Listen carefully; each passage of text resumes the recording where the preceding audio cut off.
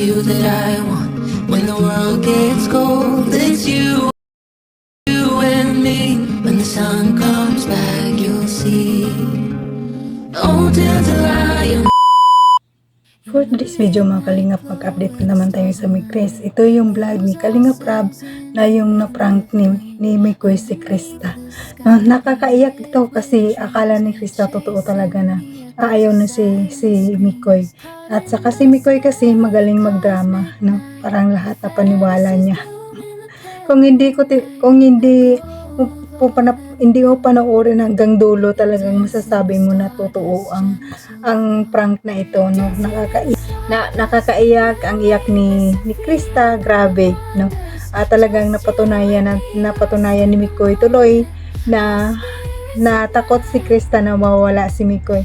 Talagang kayo, hindi naging kayo, pero ang tandem nyo kasi napamahal na kayo sa isa't isa, na nahulog na yung loob mo sa kanya. Talagang masakit, no, na mawala ang isa kasi sanay na kayo sa isa't isa, kaya takot kang mawala yung isa. Kaya yun nga, na prank ni Mikoy, pati si Maria Ligaya, marami silang na prank, pati si mami ni Krista na prank din. Akala nila talagang totoo. Yung ako nga nung huli, anong una, kung panood talaga, akala ko talagang totoo talaga. Kasi si Mikoy, ang grabe din na acting niya. Parang akala mo talagang totoo talaga ang prank na ito. Kaya bago natin ipanood ang video, paki-shoutout ang naman ng Kalingap Bal Santos Matubang, Ate Ina Vlog, Kalingap Rab, Kalingap Ido, Jack Tapi Matubang, charity vlogger sa buong mundo na tumutulong sa ating kababayang mahirap. Andyan din yung Keyboys, reactors at mga kasama namin reactors sa KSSG.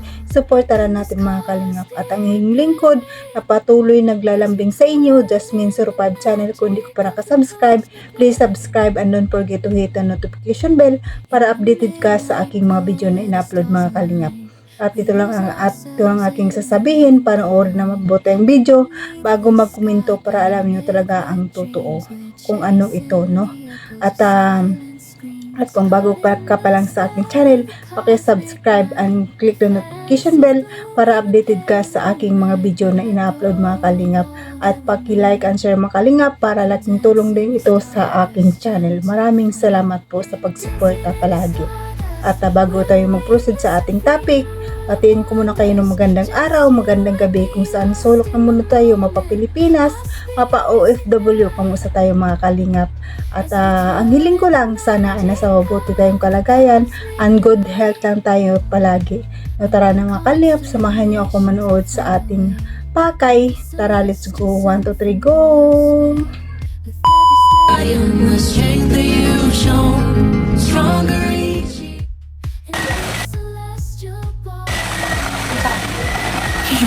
Ano ba? Ako nga dapat mamumusta sa'yo eh. Grabe, namiss ko to. Pati dito, ang dami nating memories na. Doon oh. Tapos dito, kahit off-cam, diba? Dami nating kulitan dito. Saka eto, diba? Yung mga times na binablog tayo, dami kong naalala, katulad last year, diba? Tapos yung mga banding natin, parang kailan lang, alam mo yun? Grabe ang isang panahon. Yeah. Pero, kumusta ka na ba? Sa school niya, kumusta ka? Okay lang, daming event sa school kasi moving up na. Ano? Moving up? Tapos, sa 24, may grand ball. Sobrang busy. Kasi alam mo ba, last week, nanalo kami sa teacher. Fire prevention. Ayun pala, yung chinat mo sa akin? Yun, tapos... Nanalo kayo nun? Nanalo.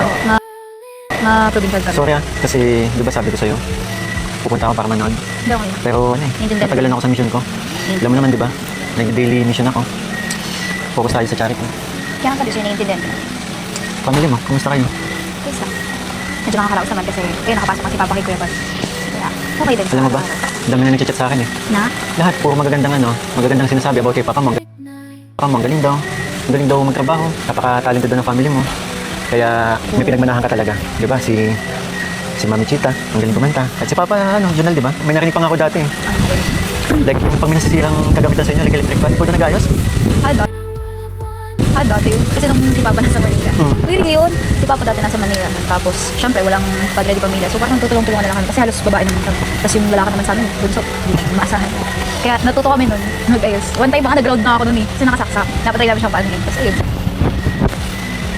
Parang, ba't parang, pansin-tin tayo. May... Hindi ka ba sanay? Sanay? Hindi. Daldal ko kasi parang hindi rin. Bakit may problema ba? May... Actually, may gusto talaga ako sabihin pero hindi ko alam kung paano ko sisimulan. Regarding to sa ating dalawa. Sa atin? Na? Actually, since nandito na din si Kalinga Prab, dito ka na din. Nakabado ako. Bakit? Ano bang ituloy mo na? Sinimulan mo na eh. Seryoso nanginginig kamay ko. Ikaw? Ano nga?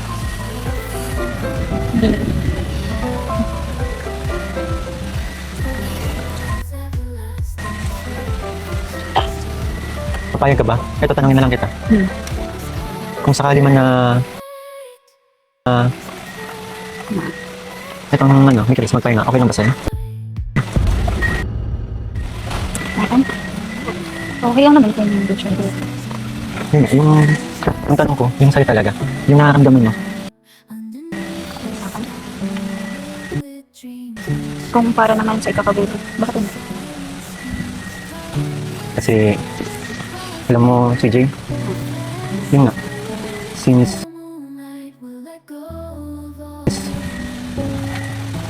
nagiging busy na nga tayong dalawa, ikaw sa school mo, and ako sa pag-charity ko. Hindi ko makuha yung ano mo ah. Hindi ko mag-gets. Ano ba? Diretso yun. Pero may hindi din. Okay lang bang itigil muna natin itong love team natin?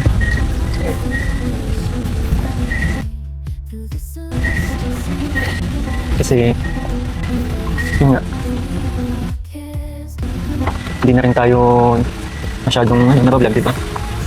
Kasi mga busy na din sa kanya-kanyang ano. And ako, focus na din ako sa pag-charity ko. Nandiyan mo ba? Siguro mas dapat lawakan pa kayo pag-ibig. Oh, sige na. Yan.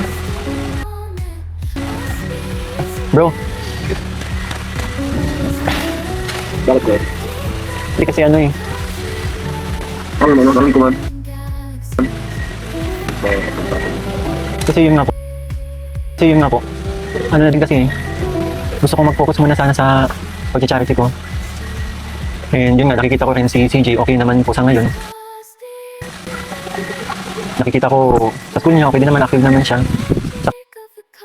Saka, yun nga, Decision nyo naman yun bro. Ako, okay lang sa akin kung ano maging decision nyo para. Kasi ano, ang pinaalala ko lang po kasi yung mga viewers, yung mga nagmamahal sa amin.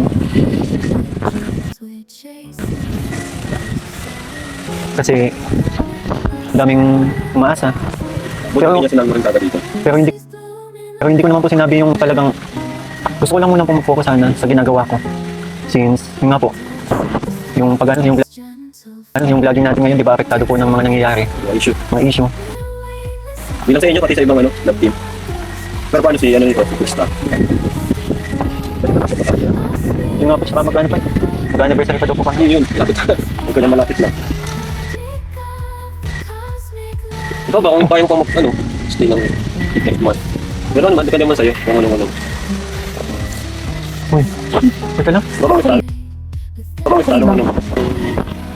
Sabi mo dun. Ano po? Sige po.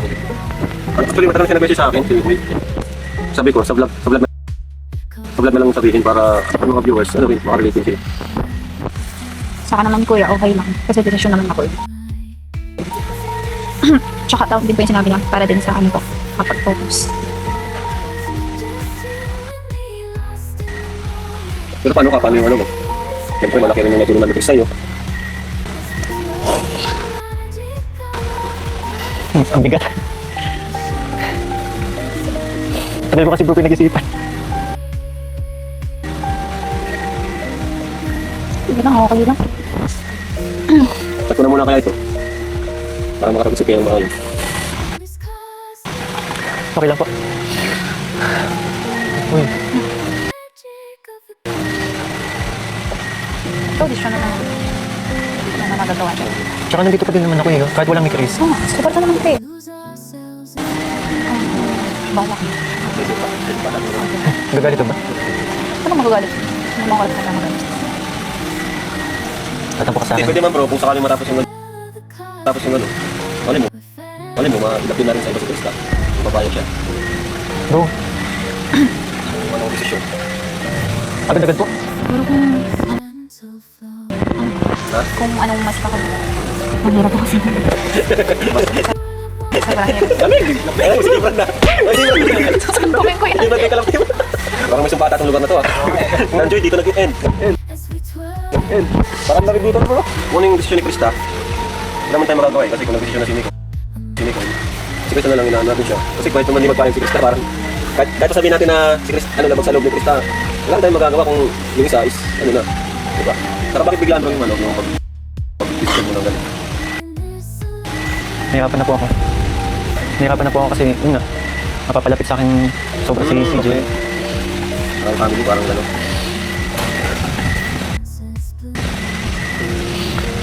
Ikaw bro, hindi ka naman po, naintindihan mo naman po ako. Oo, ako naman talaga. Ako naman talaga, nagbabase lang ako sa, pag may mga love team or tandem, nagbabase lang ako sa kanila. Hindi naman ako namimilit ng tao talaga. Ako na lang ako nagbabase. Kasi ito naman, hindi naman ito para sa akin, para sa mga beneficiaries ko naman ito. Diba? Para sa mga beneficiaries at sa mga viewers na talagang nag-enjoy manood ng mga serye. Maraming masasaktan talaga. Lalo na marami na rin supporters.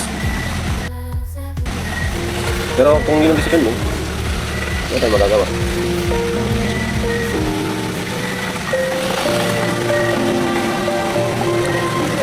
Teka lang po. Wala ba bro?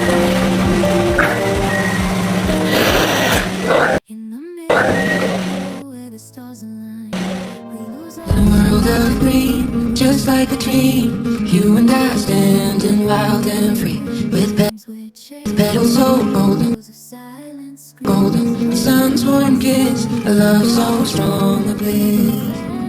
Whispers of the breeze, secrets unfold. It's you that I need, it's you that I want. When the world gets cold, it's you and me. When the sun comes back, you'll see. Oh, dandelion, the strength that you've shown. Stronger each year, look how we hold on. Sino nga pala si Gwentats? Bro, sinabi mo na Gwentats? Bakit? Gwentats, halika. Bang bro? Bro, Halika. kuya. Dapat naman mo ito.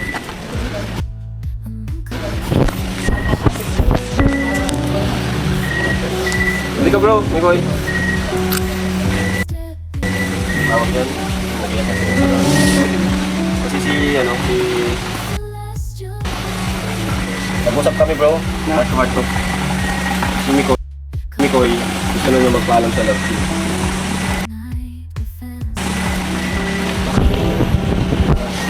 Para mag-focus na sa channel. Ayun bro. Sorry kuya. Naunawaan mo naman yata ako.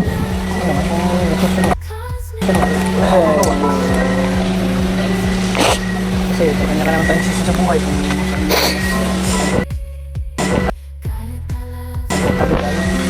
Pero kung ito, Spanish ni Krista, di ba, tapos nung ano, Krista, wala. Bakit hindi pa nasisimula? Diba? Parang unfair naman kay Krista yun.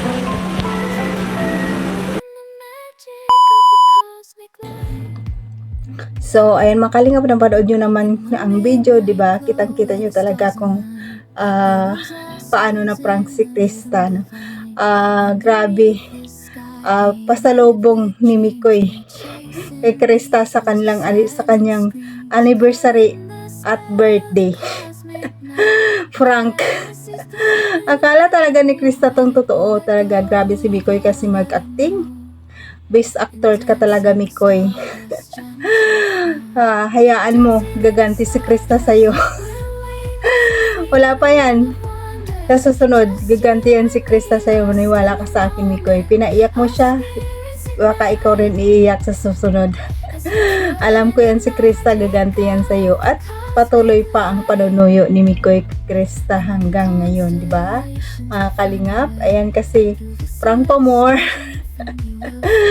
Okay lang mag-prank kasi dyan mo malalaman talaga kung ano kakahalaga sa isang tao, di ba? Doon nalaman ni Mikoy na takot pala si Krista na mawala si Mikoy, di ba?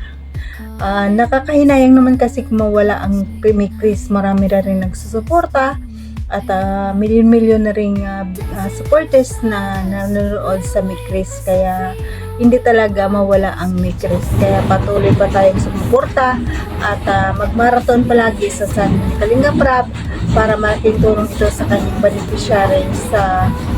beneficiary na pinapaaral at marami pang beneficiary at iba pa. At patuloy natin suportahan si Mikoy sa kanyang channel, sa kanyang mga charity upload, pa-suportahan natin. At wag natin kalimutan si Kuya Bas at Idna. Wag natin kalimutan i-marathon din ang kanilang channel para malaking tulong ito sa kanilang ginagawa araw-araw sa lalo na pagtulong sa ating kababayang mahirap. At pasalamatin po ang muli ang mga silent viewers natin, may viewers, solid supporters ng Kalingap supporters. Maraming salamat sa inyo sa pagpanood ng aking video palagi. Maraming salamat.